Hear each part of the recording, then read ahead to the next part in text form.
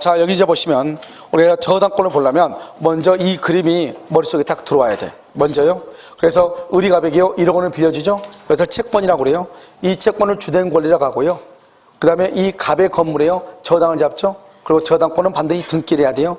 이것을 뭐란다? 종된 권리라고 그래요. 그래서 우리는 주된 권리가 있어야 종된 권리가 있는 거잖아요. 그것을 성립상의 부종성이라고 얘기한다. 그 말의 뜻이 뭐죠? 우리는 채권자가 저당권자가 돼야 되고 채무자만 채무자가 될 수 있다 이 말이죠. 그런데 제3자가 채무자가 되거나 제3자가 저당권자가 되려면 갑과 을과 병 간에 뭐가 있어야 돼? 합의가 있으면 제3자를 채무자, 제3자를 저당권자를 할 수 있고, 합의가 없이 제3자를 채무자나 저당권자로 하면은 그것은 유효이다 무효이다? 무효이고요. 그 다음에 저당권, 주된 권리, 채권이 이전하죠 병에게. 그러면 종된 권리인 저당권도 같이 이전하죠. 다른 약정이 없을 때 그것을 수반성이다 이렇게 얘기하는데요. 그 다음에 저당권이 이전할 때는 물권이 이전하죠. 그래서 물권적 합의 플러스 뭐가 있어야 된다? 등기. 이때 합의는 어떤 것을 얘기한다? 합의는 물권적 합의는 계약이죠. 계약은 채권이죠. 특정인과 특정인 간의 합의다. 뭐다?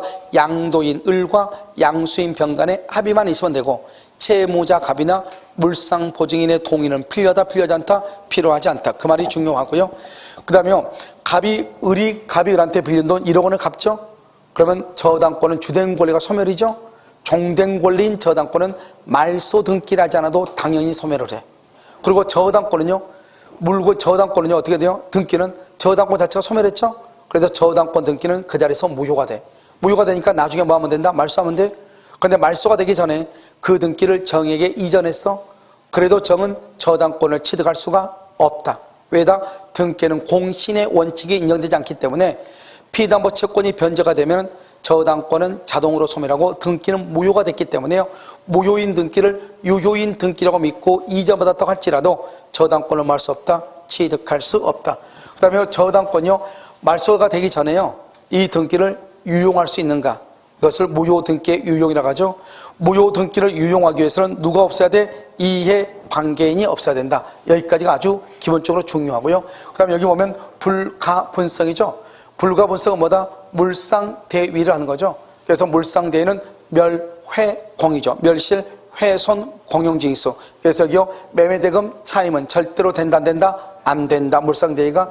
그래서 물상대위라면은 물건이 멸실, 훼손, 공용징수가 되면 원칙적으로 물건은 소멸하지만 가치적 변형물이 있다. 그래서 멸실함으로써 화재보험금, 그 다음에 훼손함으로써 손해배상금, 수용됨으로써 수용보상금이 있다. 그러면 저당권은 이 물건 위에 미칠 수 있다. 그것은 물상대위다. 그래서 물상대위를 하는 것은 담보 물권이 물상대위성이 있는 것이다. 그 다음에 누구도 있다? 전세권도 물상대위성이 있고. 그런데요 소유권 등은 어떻게 한다? 물건이 멸실하면 당연히 소멸하기 때문에 물상대위라는 말을 쓸 수 있다 없다? 없다. 그런데 물상대위에서 가장 중요한 것은 이런 가치적 변형물을 채무자에게 뭐하기 전에 지급하기 전까지 뭘 해야 돼? 압류. 이때 압류는 누가 해야 된다? 제3자의 압류라도 뭐한다? 무방하다. 이렇게. 그 다음에 뭐가 있다? 말소 기준 권리다. 그래서 말소 기준 권리는 저당권, 근저당권, 압류, 가압류가 있다. 여기서 보면요 저당권, 근저당권, 압류, 가압류가 있죠. 그럼 여기서 보면 저당권, 전세권, 근저당권 이렇게 있잖아요. 알겠죠? 이런 경우 그러면 어떻게 돼요? 이때는 먼저 기미가 되면 저당권, 근저당권이 어디 있나 봐? A하고 C죠? A하고 C 중에서 제일 위에 있는 게 어디다? A죠? 최선순위가 말소 기준이죠? 그 이하의 모든 권리는 소멸한다. 이것은 무슨 주의다? 소멸주의다. 여기는요 전세권이 있고 근저당권이 있고 가압류가 있죠. 그러면 근저당권과 가압류가 말소 기준 권리죠. 둘 중에 어디가 더 위다? 근저당이죠. 근저당권 이하는 소멸한다. 소멸주의다. 그런데 근저당권보다 더 위에 있는 전세권이나 지상권은 소멸한다 안 한다? 안 하죠. 소멸하지 않는다. 그것은 경락인에게 인수가 된다. 그 말은 전세금을 누가 책임진다? 경락인이 책임을 진다 이 말이죠. 그런데 만약에 전세권자의 경우 배당 요구를 하면, 배당 요구 원칙은 소멸하지 않지만 배당 요구가 있으면 뭐가 된다? 소멸한다 이 말이고요. 만약에 유치권이 있다. 맨 끝에 유치권은 맨 끝에 C 다음에 D가 유치권자라고 할지라도 유치권은 소멸한다 안 한다? 안 한다. 유치권은 등기한다 안 한다? 안 하기 때문에 소멸한다는 것은 을구에 있는 등기를 말소시킨다는 말인데 말소가 된다 안 된다? 안 된다 이 말이죠. 그럼 이것은요 오선변제죠. 오선변제라는 것은 매각대금을 어떠한 순서에 의해서 배당을 해주는가 이 말이죠. 제일 먼저 저당권 실행비용을 빼고 제3취득자의 뭐를 뺀다? 비용상환채권. 여기에서 제3취득자는 뭐를 얘기한다?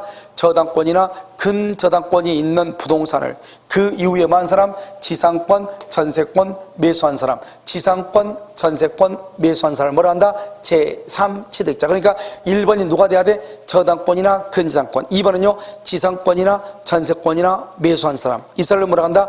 제3취득자죠. 이러한 제3취득자가 지출한 비용을 2번으로 빼고 3번은 뭐다? 최우선 변제권. 주택과 상가가 있고 임금이 있는데요.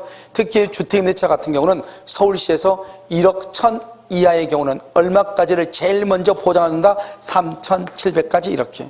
그리고 이거 이제 최우선 변제 빼고 그다음에 당해세다. 당해세는 당해 부동산에 나온 세금이죠. 재산세 같은 것을 얘기하고 그다음에 이제 우선 변제다. 우선 변제는 저당권 등기 날짜, 근저당권 등기 날짜, 전세권 등기 날짜, 임차인의 경우는 확정 일자를 받은 날짜 이런 것들을 비교해서 먼저 된 사람한테 먼저 돈을 배당해 준다 이 말이죠. 늦게 된 사람은 늦게 한다. 이것을 뭐라 한다? 우선 변제다. 이렇게 얘기를 하는 것이에요. 무슨 말인지 알겠죠? 여기까지를 뭐라 한다? 저당권이다. 이렇게 얘기를 해. 아시겠죠? 여기까지.